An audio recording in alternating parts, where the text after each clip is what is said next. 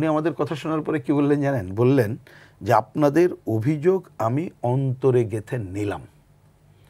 তো এখন অন্তরে গেঁথে নেওয়ার পরে কি হয়, ওটা মাহবুব কমল ভাই সুলেখক, ভবিষ্যতে ওনার কথা আমি শুনবো, আমি কোনো মন্তব্য করছি না, কিন্তু তো আমরা কোনো প্রতিফলন তো দেখলাম না।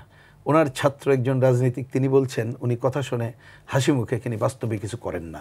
এখন এই, কিন্তু আমি ব্যক্তি নিয়ে কথা বলতে চাই না। আমার শেষ পয়েন্ট এখানে, জাতিসংঘে ওই যে কথা বললেন, এইটা তো এ ধরনের যারা কথার মধ্য দিয়ে অন্য রেসপন্সিবিলিটি থেকে নিজে একটা বিমোহিত করার কাজটা করেন, সে তো প্র্যাকটিক্যাল তুলে ধরবেন না। প্র্যাকটিক্যাল তুলে ধরে কে আমাকে যদি বলেন, যিনি জনগণের জন্য কতকগুলো দায়, আমি জনগণের সাথে কিন্তু মানুষ এবং পরিবেশকেও যুক্ত করতে চাই, তার প্রতি কতগুলো দায় দায়িত্ব আছে, এবং সেই দায় দায়িত্ব এখনকার পৃথিবীতে বুঝতে হবে আমি একা অনেক কিছু পারবো না, আমরা পৃথিবী জুড়ে এই কাজটা করতে হবে।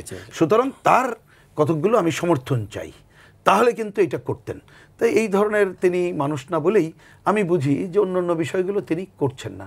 এমনকি দেখেন না যে লাটবহর তিনি নিয়ে গেলেন, তার ভূমিকা টুমিকা এগুলো আলোচনা করতে ইচ্ছা করে না।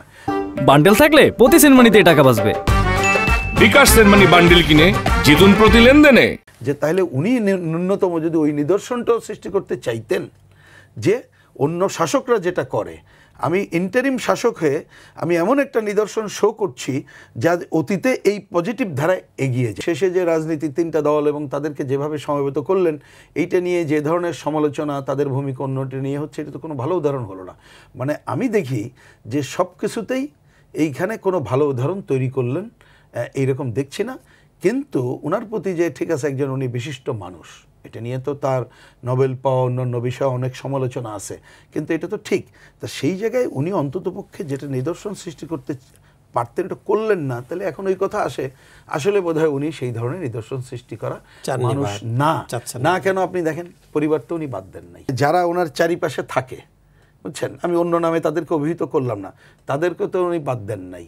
তাহলে এইরকম একটা থাকলে এইটা কোনো রাষ্ট্রনায়ক সুলভ আচরণও মোটেই না। যদিও আমি আগেই বলেছি ওনার কাছে এটা প্রত্যাশা করি না, কিন্তু এইটুকুই উচিত যে অন্ততপক্ষে ওনার প্রতি যারা প্রত্যাশা করেন তাদেরকে বরঞ্চ উপলব্ধি করতে হবে যে উনি যে উদাহরণগুলো সৃষ্টি করতে পারতেন কোনোটাই করলেন না।